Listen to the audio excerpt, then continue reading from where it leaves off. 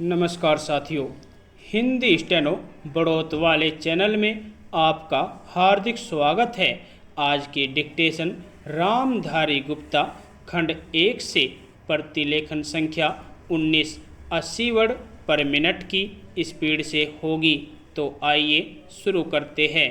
Dictation शुरू होगी 5 second बाद।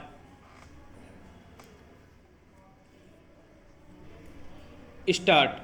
महोदय, जब तक अहिंदी भाषी हिंदी को हृदय से स्वीकार नहीं करते तब तक वह राष्ट्रभाषा का स्थान नहीं पा सकती, और यह तभी हो सकता है जब वे यह समझे कि इसमें उनका भी योगदान है और उन्होंने इससे केवल लिया ही नहीं बल्कि इसे कुछ दिया भी है, और उन पर कोई दूसरी भाषा लादी नहीं गई है बल्कि यह उनकी ही भाषा है।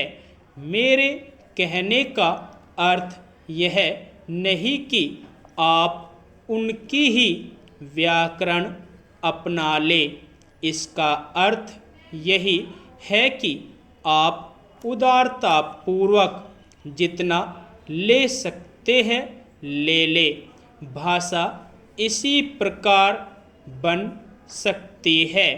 यह भी आवश्यक नहीं है कि उसको स्वीकार करने पर आप वही लिखना आरंभ कर दे, परंतु जो वे लिखे उसको आप गलत न समझे। आज किसी भी भाषा का रूप वही नहीं है जो उसके प्रारंभिक काल में था। उसमें परिवर्तन होता रहता है। हिंदी के इतिहास में भी आपको यही बात मिलेगी।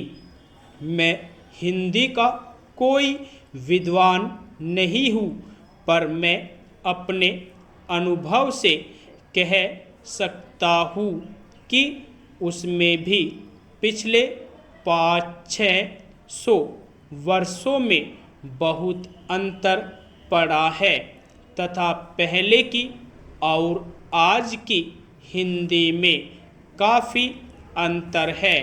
इसलिए नवयुग में जब वह देश की भाषा बनने जा रही है तो उसमें थोड़ा अंतर करना भी पड़े तो वह स्वीकार कर लेना चाहिए, जिससे उसका अन्य प्रदेशों के लोगों के साथ मेल बैठ जाए। कई अहिंदी भाषी लोगों ने भी हिंदी की काफ़ी सेवा की है। आपके राज्यपाल महोदय अहिंदी भाषी है और इन्होंने अपनी भाषा की बड़ी सेवा की है।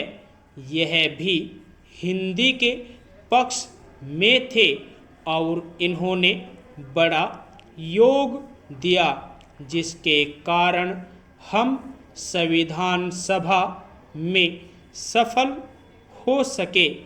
इनका भी यही विचार है जो मेरा है।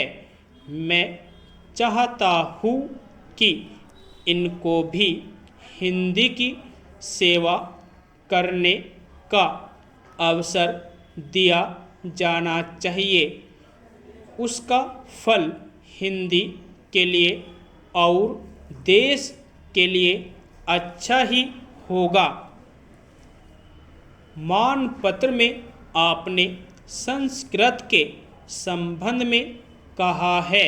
मैं मानता हूँ कि हमारे देश में संस्कृत का अध्ययन आवश्यक है, क्योंकि देश की सभी भाषाओं का स्रोत वही भाषा है।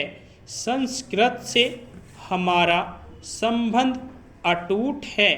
इसकी पढ़ाई लिखाई कम हो गई है। यह हमारे लिए दुख की बात है। मैं आशा करता हूँ कि इसकी उन्नति होगी। यदि आपको डिक्टेशन अच्छी लगी हो तो हमारे चैनल को सब्सक्राइब करें तथा वीडियो को लाइक व शेयर भी करें। धन्यवाद।